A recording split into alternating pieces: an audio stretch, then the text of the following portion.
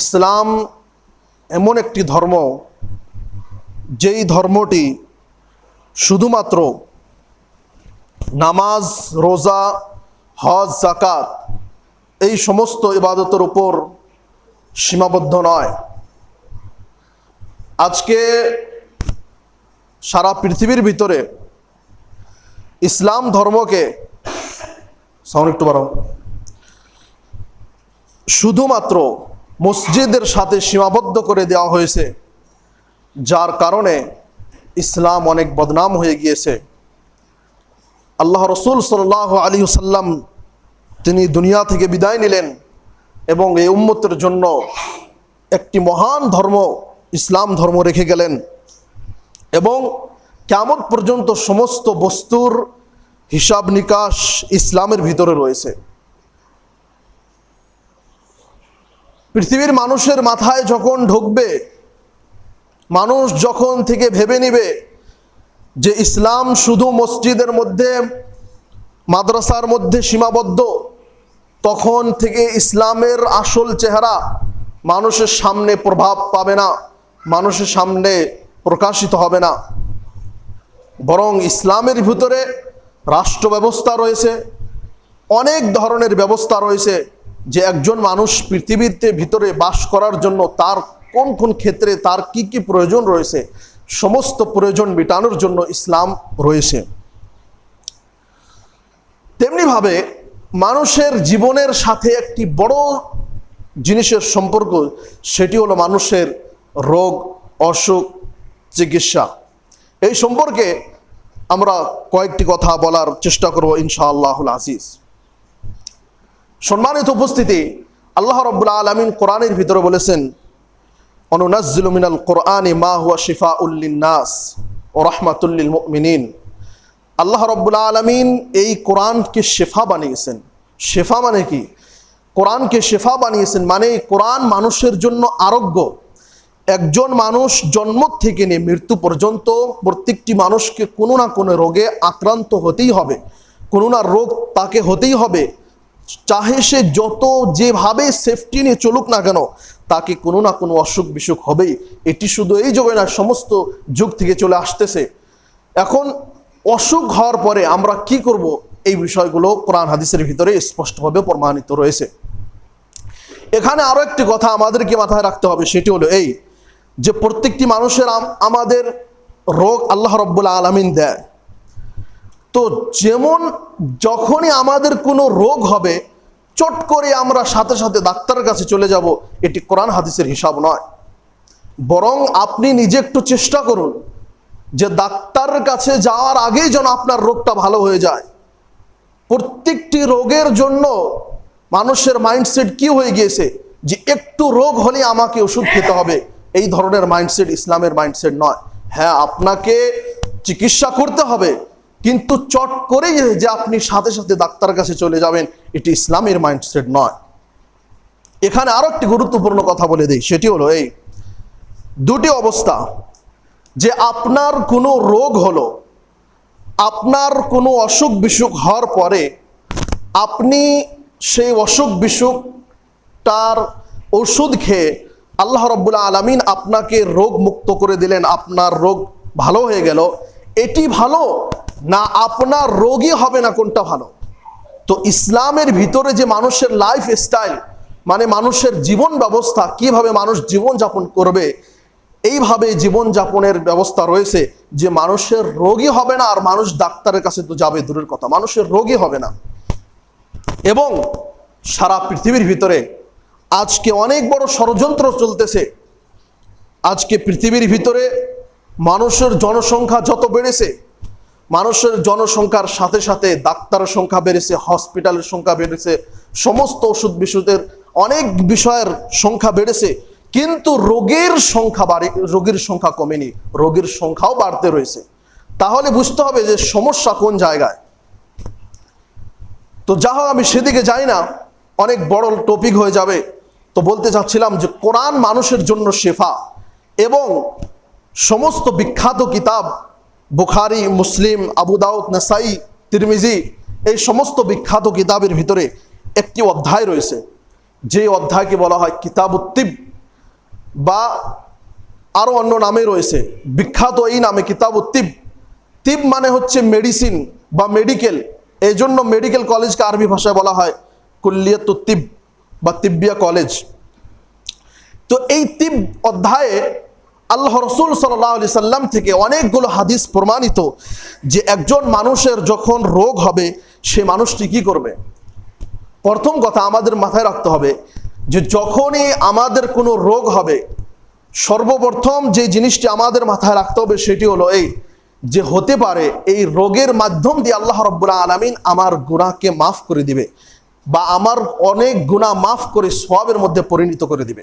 কারণ হাদিসের ভিতরে স্পষ্টভাবে প্রমাণিত রয়েছে যে মানুষের শরীরের ভিতরে একটা কাঁটাও যদি লাগে, সেই কাঁটা লাগার কারণে মানুষ যে কষ্ট পায়, সেই কষ্টর মাধ্যম দিয়ে আল্লাহ রাব্বুল আলামিন মানুষের গুনাহকে ক্ষমা করে দেয়।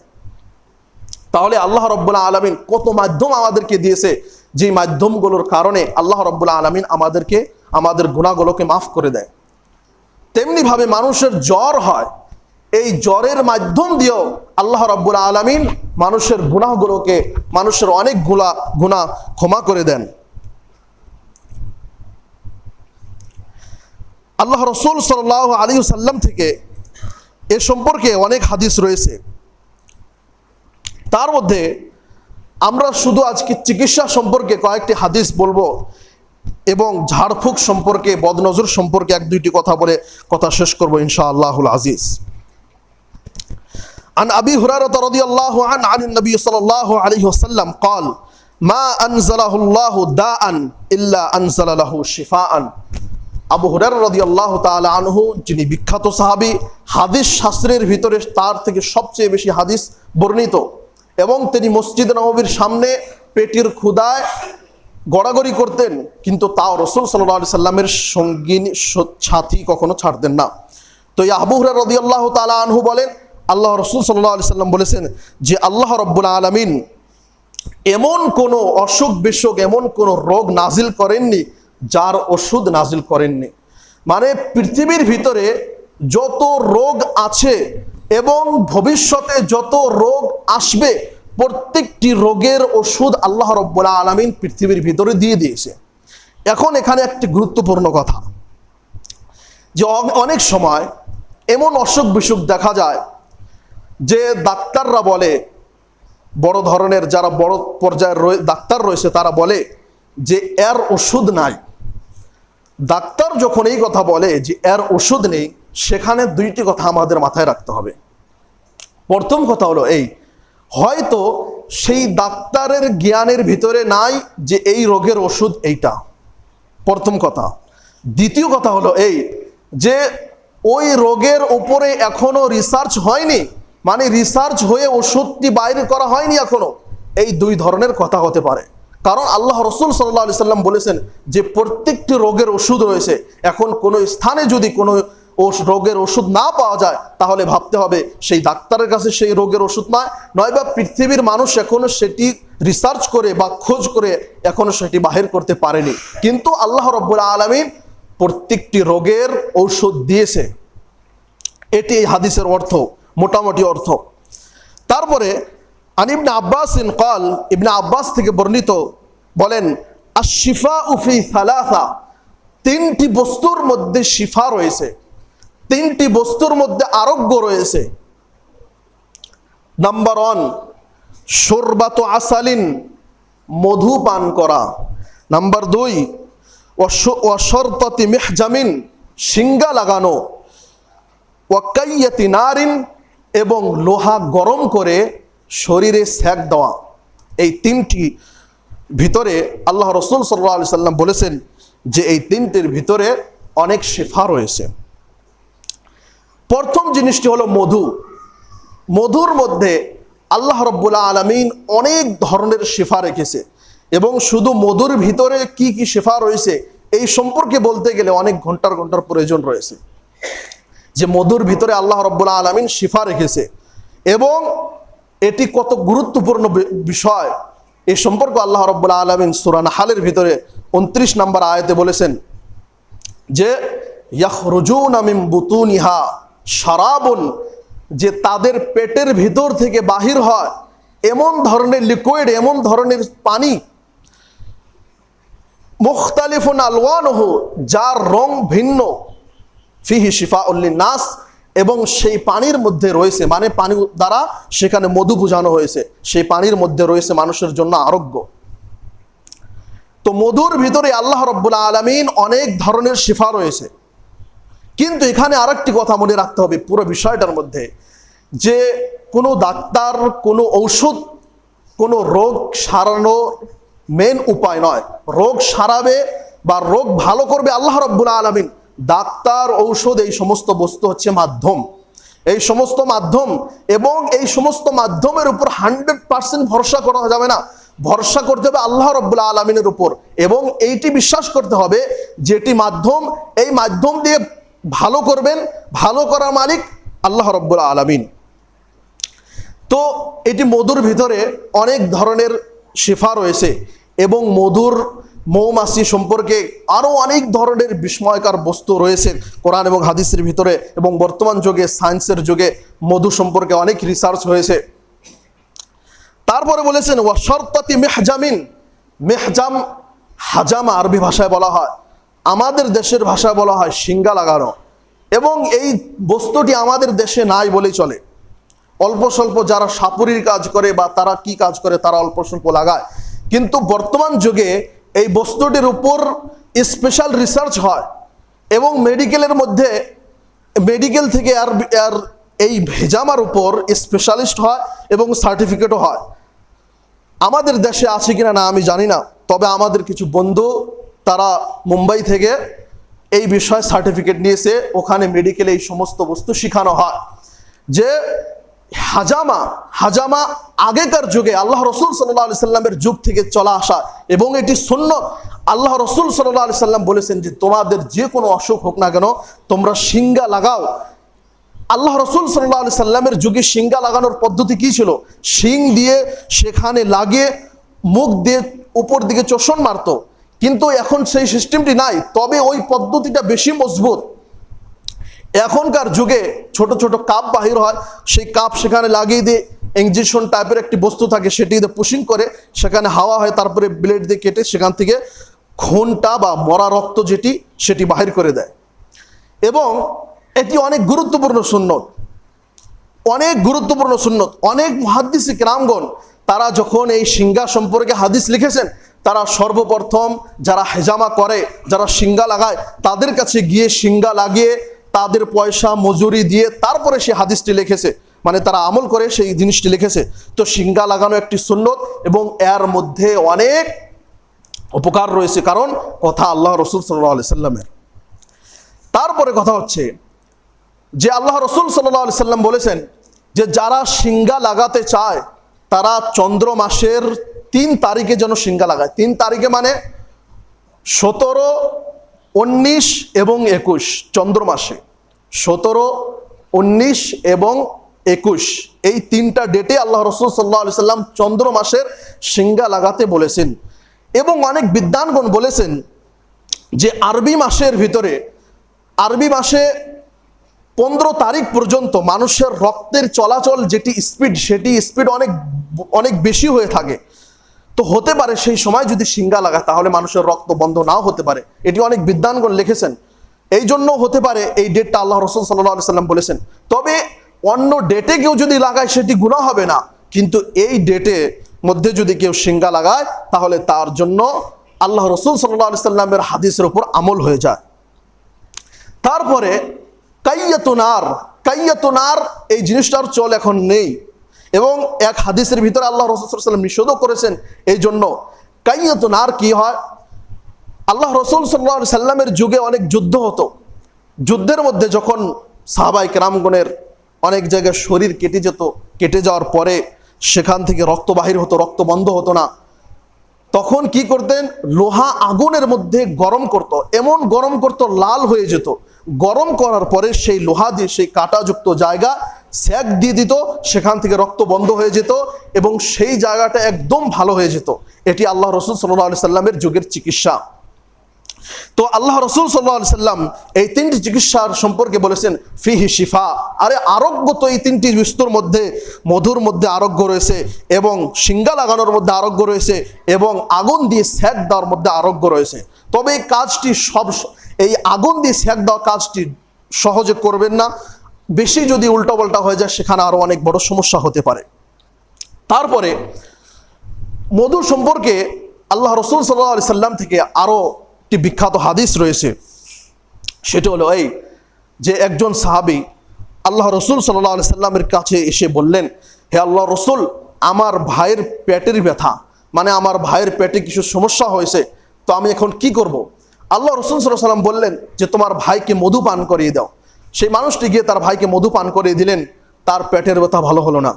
সেই মানুষটি আবার রিটার্ন এসে আল্লাহ রসুলকে বললেন যে আমার ভাইয়ের পেটের ব্যথা ভালো হলো না। আল্লাহ রসুল আবার বললেন যে তুমি তাকে মধু পান করো। সেভাবে আবার আসলেন, 3 বার আসার পরে আল্লাহ রসুল বললেন, যারে তোমার ভাইয়ের পেট মিথ্যা বলেছে, আল্লাহ রাব্বুল আলামিন সত্য বলেছে। তারপর 4র্থবার যখন তার ভাইকে মধু পান করানো হয়, তার ভাইয়ের পেটের ব্যথা দূর হয়ে যায়। তো এইভাবে এই ধরনের জিনিস আল্লাহ রসুল সাল্লাল্লাহু আলাইহি সাল্লামের শুধু হাদিসের মধ্যে সীমাবদ্ধ নয়, বরং এই যুগে অনেক এক্সপেরিমেন্টও হয়েছে এই বিষয়। তো মধুর মধ্যে আল্লাহ রাব্বুল আলামিন আরোগ্য রেখেছেন। তারপর আল্লাহ রসুল সাল্লাল্লাহু আলাইহি সাল্লাম থেকে, এবং এই সমস্ত হাদিস যে আমি পড়তেছি সমস্ত হাদিস বুখারীর হাদিস, অন্য গ্রন্থের হাদিস নয়। আল্লাহ রসুল সাল্লাল্লাহু আলাইহি সাল্লাম আরো বলেছেন, আল হাব্বাতুস সাউদা শিফাউন মিন কুল্লি দাইন ইল্লা সাম। হাব্বাতুস সাউদা কাকে বলা হয়? হাব্বাতুস সাউদা বলা হয় কালো জিরাকে। আল্লাহ রসুল সাল্লাল্লাহু আলাইহি সাল্লাম বলেছেন, আল হাব্বাতুস সাউদা শিফাউন মিন কুল্লি দাইন, যে কালো জিরার মধ্যে প্রত্যেক রোগের ওষুধ রয়েছে। এখন বলবেন যে ক্যান্সারের রোগের ওষুধ রয়েছে, করোনা ভাইরাসের ওষুধ রয়েছে। হ্যাঁ, কারণ আল্লাহ রসুল সাল্লাল্লাহু আলাইহি সাল্লাম এখানে ব্যাপক শব্দ ব্যবহার করেছেন যে প্রত্যেকটি রোগের ওষুধ রয়েছে। এখানে আল্লাহ রসুল সাল্লাল্লাহু আলাইহি সাল্লাম কোনো খাস করে বলেননি যে এই রোগের ওষুধ, এই রোগের ওষুধ, এইভাবে বলেননি, বরং আল্লাহ রসুল সাল্লাল্লাহু আলাইহি সাল্লাম বলেছেন প্রত্যেকটি রোগের ওষুধ রয়েছে। কিসের ভিতরে? কালো জিরার মধ্যে। ইল্লা সাম, তবে সাম ব্যতীত। সাম আবার কি? সাম হচ্ছে মৃত্যু। যখন মানুষের মৃত্যু এসে যাবে তখন যে ধরনের ওষুধ ব্যবহার করুন না কেন, তখন মানুষ আর মৃত্যু থেকে আরোগ্য পাবে না।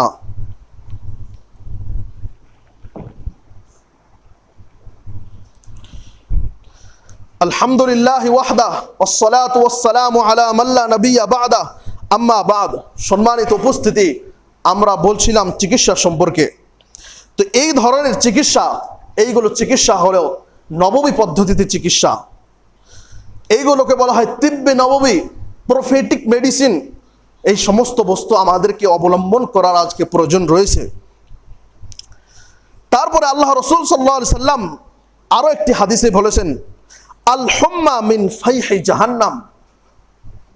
আল হুম্মা মিন ফাইহি জাহান্নাম, যে জ্বর হচ্ছে জাহান্নামের তাপের মধ্যে, মানে জাহান্নামের হিটের মধ্যে, জাহান্নামের তাপের মধ্য থেকে হচ্ছে জ্বর। কারণ মানুষের যখন জ্বর হয় তখন মানুষের শরীর গরম হয়ে যায়। তো আল্লাহ রসুল সাল্লাল্লাহু আলাইহি সাল্লাম কি বলেছেন? ফাআতফিউহা বিল মা, তোমাদের মধ্যে যখন কারো জ্বর হয়ে যাবে, তার শরীর গরম হয়ে যাবে, তখন তার জ্বরকে বা তার শরীরকে তোমরা পানি দিয়ে ঠান্ডা করে দাও। কিভাবে পানি দিয়ে ঠান্ডা করবেন? যখন মানুষের জ্বর হয়ে যাবে তখন হয়তো আপনি তার মাথায় পানি ঢালবেন, নইলে তার মাথার মধ্যে, তার কপালে একটি কাপড় ভিজিয়ে সেই কাপড় দিয়ে তার কপাল পুষে দিবেন। মানে মূলত তার শরীরটা ঠান্ডা করা লাগে। তো কারণ আল্লাহ রসুল সাল্লাল্লাহু আলাইহি সাল্লাম বলেছেন যে জ্বর হচ্ছে জাহান্নামের তাপের মধ্যে থেকে। কারণ জাহান্নামের ভিতরে কি? জাহান্নামের ভিতরে আগুন। সেই আগুনের তাপ কি গরম হয়? তেমনি ভাবে মানুষের শরীরে যখন জ্বর প্রবেশ করে, তো জ্বর হওয়ার পরেও মানুষের শরীর কি হয়? মানুষের শরীর হিট হয়, গরম হয়। তো সেই গরমকে ঠান্ডা করার জন্য আল্লাহ রসুল সাল্লাল্লাহু আলাইহি সাল্লাম বললেন যে তোমরা সেই গরমকে তোমরা পানি দিয়ে ঠান্ডা করে দাও। তারপরে এবং এই তিব সম্পর্কে আরো অনেক হাদিস রয়েছে, হাজার হাজার হাদিস রয়েছে, অনেক হাদিস রয়েছে, আরো অনেক ডিটেলস রয়েছে, আরো অনেক রোগের ওষুধের কথা এই অধ্যায়গুলোতে রয়েছে। তো এই সমস্ত বস্তু শুধু শুনেই সীমাবদ্ধ নয়, বরং যখনই আমাদের অসুখ বিসুখ হবে আমরা আরোগ্যের জন্য এই সমস্ত পদ্ধতি আমরা অবলম্বন করার চেষ্টা করব। আল্লাহ তুমি আমাদেরকে তৌফিক দান করো, আমিন। এটি তো হলো মানুষের শারীরিক রোগ, এইভাবে মানুষের রোগ হয়, এই রোগের এইগুলো চিকিৎসা। তারপরে রোগের মধ্যে আরেকটি মারাত্মক রোগ হচ্ছে বদনজর। বদনজর, এই বদনজর সম্পর্কে আমরা মোটামুটি সবাই জানি। এই বদনজর কাউরে লেগে যেতে পারে। আপনার ছোট সন্তান ঘোরাফেরা করতেছে, একজন মানুষের বদনজর লেগে যেতে পারে, এ কথা ঠিক। তবে নিজের সন্তান, মা বাবারও বদনজর নিজের সন্তানের ওপর লাগতে পারে, এবং এই সমস্ত বস্তু আল্লাহ রসুল সাল্লাল্লাহু আলাইহি সাল্লামের যুগেও হয়েছে।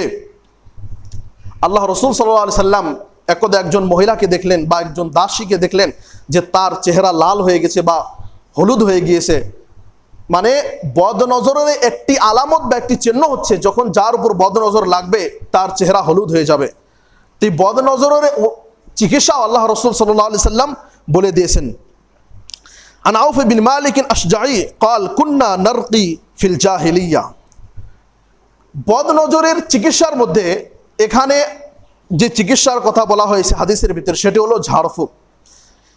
এক হাদিসের ভিতরে আল্লাহ রসুল সাল্লাল্লাহু আলাইহি সাল্লাম বলেছেন যে ইন্নার রুকা ওয়াত তামাইমা ওয়াত তিওলাতা শিরকুন, যে ঝাড়ফুঁক করা শিরক। এক হাদিসে আল্লাহ রসুল সাল্লাল্লাহু আলাইহি সাল্লাম বলেছেন ঝাড়ফুঁক করা শিরক। তাহলে ঝাড়ফুঁক করা শিরক হয়, তাহলে অন্য হাদিসের ভিতরে ঝাড়ফুঁকের কথা এসেছে, তাহলে কথাটা কি হলো? ঝাড়ফুঁক করা শিরক, এই কথা থেকে আল্লাহ রসুল সাল্লাল্লাহু আলাইহি সাল্লাম এটি বুঝাতে চেয়েছেন যে শিরকি মন্ত্র পড়ে যারা ঝাড়ফুঁক করে সেইগুলো শিরক। শিরকি কথা বলে, শিরকি কাজ করে যারা ঝাড়ফুঁক করে তারা শিরকি করে, তারা মুশরিক। এই ধরনের কথা আল্লাহ রসুল সাল্লাল্লাহু আলাইহি সাল্লাম বলেছেন। তো বদনজরের চিকিৎসা সম্পর্কে, এই ঝাড়ফুঁক চিকিৎসা সম্পর্কে ঝাড়ফুঁক এসেছে আল্লাহ রসুল সাল্লাল্লাহু আলাইহি সাল্লাম থেকে প্রমাণিত। যে আউফ ইবনে মালিক আশজাঈ তিনি বলেন, হে আল্লাহ রসুল, আমরা জাহিলিয়াতের যুগে, মানে আমরা ইসলাম আনার পূর্বে এই ধরনের এই বস্তুগুলো পড়ে আমরা ঝাড়ফুঁক করতাম। ফাকুল্লা ইয়া রাসূলুল্লাহ কাইফা তারা ফি যালিকা, হে আল্লাহ রসুল আপনি এ সম্পর্কে কি বলবেন? মানে আমরা জাহিলিয়াতের যুগে যেই বস্তু পড়ে ঝাড়ফুঁক করতাম সেই বস্তুগুলোকে আমরা ঠিক পড়েছি, এই বস্তু আপনি একটু চেক করে দিন। তো আল্লাহ রসুল সাল্লাল্লাহু আলাইহি ওয়াসাল্লাম বললেন, ইরিদু আলাইয়া রুকাকুম, যে তোমরা যেই বস্তুগুলো পড়ে ঝাড়ফুঁক করতে সেই বস্তুগুলো আমার সামনে পেশ করো, আমি শুনি। তারপরে তারা পেশ করলেন। পেশ করার পরে আল্লাহ রসুল সাল্লাল্লাহু আলাইহি ওয়াসাল্লাম বললেন, লা বা'সা বির-রুকা মা লাম ইয়াকুন ফিহি শিরকুন, যে এমন কোনো বস্তু পড়ে ঝাড়ফুঁক করাতে কোনো সমস্যা নেই যাতে কোনো শিরকি বস্তু নেই। মানে যে কোনো দোয়া কালাম পড়ে আপনি ঝাড়ফুঁক করতে পারেন, যদি সেখানে শিরক না থাকে, কোনো খারাপ কথা না থাকে, বা আল্লাহর ক্ষমতাকে হীনতা করা, ছোট করা, এই সমস্ত কথা যদি না থাকে, তাহলে আপনি ঝাড়ফুঁক করতে পারেন। তবে ঝাড়ফুঁক যদি আপনি করেন, উত্তম ঝাড়ফুঁক হচ্ছে কোরআন দিয়ে মানে সূরা ফাতিহা পড়ে এবং কুল আউযু বিরাব্বিন নাস, কুল আউযু বিরাব্বিল ফালাক, এই সমস্ত পড়ে ঝাড়ফুঁক করাটা সবচেয়ে বেশি উত্তম।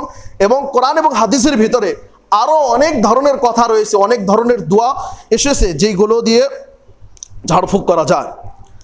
তারপর আরেকটি কথা রয়েছে যে বদনজর, জাদু, এই সমস্ত বস্তু সত্য, এই সমস্ত বস্তুকে মেনে নিতে হবে। হ্যাঁ, এখানে বুঝতে ভুল করলে হবে না, এই সমস্ত বস্তু সত্য, বদনজর জাদু সত্য, এই বস্তুকে মেনে নিতে হবে। মানে কি? এইভাবে মেনে নিতে হবে যে বদনজর জাদু সত্য বস্তু, কিন্তু কেউ যদি আমার উপর আপনার উপর কেউ জাদু করে, বদনজর করে আপনাকে ক্ষতি করতে পারে, এই বস্তুটি বিশ্বাস করতে হবে। কিন্তু যে ব্যক্তি জাদু করে তার হুকুম কি? যেই ব্যক্তি জাদুকর, যে ব্যক্তি জাদু করে, জাদু খেলা দেখায়, জাদু শিখায়, এই সমস্ত ব্যক্তির হুকুম হচ্ছে তাকে কতল করে দিতে হবে, তাকে হত্যা করে দিতে হবে। কিন্তু হত্যা আমাদের দেশে হবে না। যেখানে ইসলামী রাষ্ট্র, যেখানে ইসলামের শাসন, সেখানে ইসলামী হাকিম, যে মুসলিম শাসক, তার অধীনে হত্যা হবে। অন্য কেউ হত্যা করলে সেখানে আরো অনেক বড় ফিতনা হয়ে যাবে। তো জাদুকরের হুকুম এটি। কিন্তু জাদু করে যে মানুষকে ক্ষতি করা যায়, এই বস্তুটি আমাদের মাথায় রাখতে হবে। কারণ আল্লাহ রসুল সাল্লাল্লাহু আলাইহি সাল্লামের উপরও জাদু করা হয়েছিল, আল্লাহ রসুল সাল্লাল্লাহু আলাইহি সাল্লামের উপরও জাদু করা হয়েছিল। যদি এই ঘটনাটি দেখতে চান তাহলে সূরা ফালাকের যে তাফসিরটি রয়েছে, সূরা ফালাকের তাফসিরে আপনারা পড়বেন, সেখানে ডিটেলস ভাবে লেখা রয়েছে যে আল্লাহ রসুল সাল্লাল্লাহু আলাইহি সাল্লামের উপরেও জাদু করা হয়েছিল এবং জিবরিল আলাইহিস সালাম আল্লাহ রসুল সাল্লাল্লাহু আলাইহি সাল্লামকে জানিয়ে দেন যে আপনার উপর জাদু করা হয়েছে। তারপর বলা হয় যে আপনার কিছু অংশ নিয়ে অমুক একটি কুয়ার ভিতরে পুঁতে দেওয়া হয়েছে। তারপরে আল্লাহ রসুল সাল্লাল্লাহু আলাইহি সাল্লাম হযরত আলী রাদিয়াল্লাহু তাআলা আনহুকে পাঠিয়ে দেন যে ওখান থেকে ওই বস্তুটি উঠিয়ে নিয়ে আসো। দেখে যে সেইভাবে জিবরিল আলাইহিস সালাম যেভাবে বলেছেন সেইভাবে। তারপর থেকে আল্লাহ রসুল সাল্লাল্লাহু আলাইহি সাল্লামকে জিবরিল আলাইহিস সালাম বলেন যে আপনি এই দোয়াটি পড়ুন, কুল আউযু বিরাব্বিন নাস, কুল আউযু বিরাব্বিল ফালাক। এই দোয়াটির অনেক ফজিলত রয়েছে এবং ঝাড়ফুঁকের জন্য, চিকিৎসার জন্য অনেক বড় মাধ্যম। কোন একটি মানুষের রক্ত পড়তেছে, রক্ত বন্ধ হচ্ছে না, সূরা ফাতিহা পড়ে কুল আউযু বিরাব্বিন নাস, কুল আউযু বিরাব্বিল ফালাক এই দোয়াগুলো পড়ে ফুঁক দিন, সেখানে ভালো হয়ে যাবে। মানে ভালো হয়ে যাবে মানে আল্লাহ রাব্বুল আলামিন ভালো করবে। তো বলছিলাম যে জাদু, বদনজর, এই সমস্ত বস্তু হক, এই সমস্ত বস্তু মানুষের উপর কারো উপর লেগে যেতে পারে, কারো উপর লেগে যেতে পারে। আল্লাহ রসুল সাল্লাল্লাহু আলাইহি সাল্লাম এই বদনজর সম্পর্কে বলেছেন যে কত একটি ডেঞ্জারাস বস্তু, কত একটি মারাত্মক বস্তু বদনজর। সে সম্পর্কে আল্লাহ রসুল সাল্লাল্লাহু আলাইহি সাল্লাম বলেছেন আল আইনু হাক্কুন, যে বদনজর সত্য। আল আইনু হাক্কুন, বদনজর সত্য। ওয়ালাউ কানা শাইউন সাবাকাল কদরা সাবাকাতহুল আইনু, যে কোনো বস্তু যদি তাকদীরকে, ভাগ্যকে ঠেকিয়ে আগে যেতে পারত তাহলে সেটি মানুষের বদনজর। এই কোনো বস্তু যদি মানুষের ভাগ্যকে, মানুষের তাকদীরকে যদি ঠেকিয়ে আগে যেতে পারতো তাহলে সেটি মানুষের বদনজর। তাহলে বুঝতে হবে যে বদনজর কত মারাত্মক বস্তু। প্রত্যেকটি মানুষকে এই দোয়াগুলো পড়ার জরুরি, কারণ কোন মানুষ সত্রামি করে, কার ওপর কোন মন্ত্র পড়ে, কোন জাদু করে, কোন শয়তানের আশ্রয় নিয়ে কি করে দেবে সেটি আমি আপনি বলতে পারবো না। কারণ যিনি পৃথিবীর ভিতরে সবচেয়ে উন্নত মানের মানুষ আল্লাহ রাসূল সাল্লাল্লাহু আলাইহি সাল্লাম, তার উপর যখন জাদু করা হয়েছে তাহলে আমি আপনি কি, আমার আপনার উপর খুব সহজেই মানুষ জাদু করতে পারবে। তারপর বললেন আল আইন ওয়া ইদাস্তাগসিলতুম ফাগসিলু, কিন্তু বদনজরের অনেক চিকিৎসা রয়েছে। বদনজরের অনেক চিকিৎসার মধ্যে একটি নজর, যে যেই মানুষটার বদনজর লেগেছে সেই মানুষটার গোসলের পানি দিয়ে তাকে গোসল করানো, বা সেই মানুষটার ওযু করার পানি দিয়ে সেই মানুষটাকে ওযু করানো, এটি একটি চিকিৎসা। বা সূরা ফালাক, সূরা নাস পড়ে তাকে ঝাড়ফুঁক করা, এটি একটি চিকিৎসা। সূরা ফাতিহা পড়ে একটি চিকিৎসা করা, এগুলো বদনজরের চিকিৎসা। কুল হু আল্লাহু আহাদ, যেটাকে বলা হয় সূরা ইখলাস, এই সূরাটি পড়েও আমি আপনি ঝাড়ফুঁক করতে পারি। একদা আল্লাহ রসুল সাল্লাল্লাহু আলাইহি সাল্লামের কিছু সাহাবা একটি স্থানে ছিল, সেই স্থানের যেটি রাজা ছিল সেই রাজার কে কোনো সাপ বা বিচ্ছু কামড় দেওয়ার কারণে অনেক বিষাক্ত হয়ে যায়। তারপর সাহাবায়ে কেরামগণের মধ্যে একজন সাহাবী গিয়ে তাকে সূরা এই কুল হু আল্লাহু আহাদ পড়ে তাকে ঝাড়ফুঁক করে, আল্লাহ রাব্বুল আলামিন তাকে শিফা দেয়। তখন আল্লাহ রাসূল সাল্লাল্লাহু আলাইহি ওয়াসাল্লাম এই জিনিসটা সত্যায়ন করে দেয়। তো এই সমস্ত বস্তু আমাদেরকে জানতে হবে, এই সমস্ত বস্তু আমাদেরকে মনে রাখতে হবে এবং সব সময় মনে রাখতে হবে যে শয়তান অনেক পাওয়ারফুল, তাকে আল্লাহ রাব্বুল আলামিন অনেক শক্তি দিয়েছে। মানুষের রগের ভিতরে যে রক্ত চলাচল করে সেই রক্তের সাথে সাথে শয়তান চলাচল করে। তো এই শয়তান প্রত্যেকটি ক্ষেত্রে মানুষকে ক্ষতি করার চেষ্টা করে। তো এই সমস্ত বস্তু থেকে হেফাজত করার জন্য আল্লাহ রাব্বুল আলামিন, আল্লাহ রাসূল সাল্লাল্লাহু আলাইহি ওয়াসাল্লাম থেকে অনেক বস্তু পাওয়া গিয়েছে। যে আল্লাহ রাসূল সাল্লাল্লাহু আলাইহি ওয়াসাল্লাম একদা আবু হুরায়রা রাদিয়াল্লাহু তাআলা আনহুকে কিছু খেজুর দেখার জন্য, খেজুর রাখা ছিল, খেজুর দেখাশোনার জন্য তাকে পাহারা দেয়। তারপরে আবু হুরায়রা রাদিয়াল্লাহু তাআলা আনহু দেখেন যে একজন ছোট বাচ্চার নয় একটি বস্তু এসে সেখান থেকে খেজুর নিয়ে যায়। আসলে সেটা ছিল শয়তান। এভাবে ধরতে ধরতে ধরতে ধরতে 3 রাতের পরে তাকে ধরে ফেলার পরে তাকে জিজ্ঞেস করে যে তুমি এরকম করো কেন? তারপরে শয়তান বলে যে তোমরা যদি আয়াতুল কুরসি পড়ো তাহলে তোমরা আমাদের ফিতনা থেকে বাঁচতে পারবে। তাহলে এখানে কথা হলো যে শয়তানের কথা, শয়তান সে মিথ্যা বলেছে না সত্য বলেছে সেটা আমরা কিভাবে মেনে নিব? এখানে মেন কথা হচ্ছে যে এই কথাটি আবু হুরায়রা রাদিয়াল্লাহু তাআলা আনহু যখন আল্লাহ রাসূল সাল্লাল্লাহু আলাইহি সাল্লামকে বললেন, তখন আল্লাহ রাসূল সাল্লাল্লাহু আলাইহি সাল্লাম সেই কথাটি সত্যায়ন করলেন। আল্লাহ রাসূল বললেন যে শয়তান সে মিথ্যুক, কিন্তু সে এই কথাটি যে বলেছে সে এই কথাটি সত্য বলেছে। এই জন্য আয়াতুল কুরসিরও অনেক ফজিলত, এবং আয়াতুল কুরসির ফজিলত সম্পর্কে এমনও হাদিস রয়েছে যে মানুষ মরা মাত্রই জান্নাতে চলে যাবে যদি মানুষ আয়াতুল কুরসি পড়ে। তো সম্মানিত উপস্থিতি, এই সমস্ত বস্তু আমরা মাথা রাখার চেষ্টা করব। নিজের সন্তানদেরকে যেমনভাবে আল্লাহ রাসূল সাল্লাল্লাহু আলাইহি ওয়াসাল্লাম বলেছেন যে যখন সন্ধ্যা হয়ে যায় তোমরা তোমাদের সন্তানকে বাহির করে দাও না, কারণ সেখানে যখন শয়তান খেলাধুলা করে সেই শয়তান আপনার সন্তানের উপর ক্ষতি করতে পারে, ক্ষতি করবে। এবং এই সমস্ত বস্তু ঘটনা হয়, এই সমস্ত শুধু হাদিসের মধ্যে নয়, এই সমস্ত অনেক ঘটনা হয়। ছোট সন্তানকে সন্ধ্যা বাড়ি থেকে বাইরে যেতে দিবেন না। তেমনিভাবে সন্ধ্যা হওয়ার সময় ঘরের জানলা দরজা এই সমস্ত বস্তু বন্ধ করে দিবেন। তেমনিভাবে খাওয়ার সময় বিসমিল্লাহ পড়ে খাবেন, সেখানে আর শয়তান গ্রহণ করতে পারবে না। কারণ শয়তান সম্পর্কে একদিন আমরা আলোচনা করবো যে শয়তান মানুষকে কিভাবে ক্ষতি করার চেষ্টা করে। তো এই সমস্ত বস্তু আমরা করার চেষ্টা করব। আল্লাহ রাব্বুল আলামিন যেন আমাদেরকে তৌফিক দান করে, এবং এই সমস্ত যে চিকিৎসার কথা বললাম এই সমস্ত বস্তু আমরা বেশি বেশি অবলম্বন করার চেষ্টা করব। আল্লাহ রাব্বুল আলামিন যেন আমাদেরকে তৌফিক দান করেন, আমিন। খুতবার শেষে আমরা আল্লাহ রাব্বুল আলামিনের কাছে দোয়া করি, হে আল্লাহ তুমি আমাদেরকে বদনজর থেকে হেফাজত করো, আমিন। আমাদেরকে তুমি সমস্ত খারাপ বস্তু থেকে হেফাজত করো, আমিন। আমাদের শত্রুদেরকে আমাদেরকে তুমি হিংসা থেকে আমাদেরকে তুমি বাঁচাও, আমিন। এবং আমাদেরকে প্রত্যেকটি ক্ষেত্রে আমাদেরকে তুমি হেফাজত করো, আমিন। দুনিয়ার ফিতনা, কবরের ফিতনা, আখিরাতের ফিতনা, জাহান্নামের ফিতনা এবং দাজ্জালের ফিতনা, কবরের ফিতনা, কিয়ামতের ফিতনা, নারীর ফিতনা, সমস্ত ধরনের ফিতনা থেকে আমাদেরকে তুমি আরোগ্য দান করো, আমিন। আমাদের মধ্যে যারা বিমারস্ত রয়েছে তাদেরকে তুমি আরোগ্য দান করো, আমিন। আমাদের মধ্যে যারা কবরবাসী হয়েছে তাদেরকে তুমি জান্নাত নসিব করো, আমিন। একজনের দোয়ার দরখাস্ত করেছে, আল্লাহ তুমি তাকে শিফা দান করো, আমিন। এবং তার যদি হারাতে মৃত্যু হয়ে যায় তাকে তুমি জান্নাত দান করো, আমিন। এবং কিয়ামতের দিন কঠিন মুহূর্তে আমাদের জন্য তুমি সহজতা দান করো, আমিন। ওয়া আখিরু দাওয়ানা আলহামদুলিল্লাহি রাব্বিল আলামিন।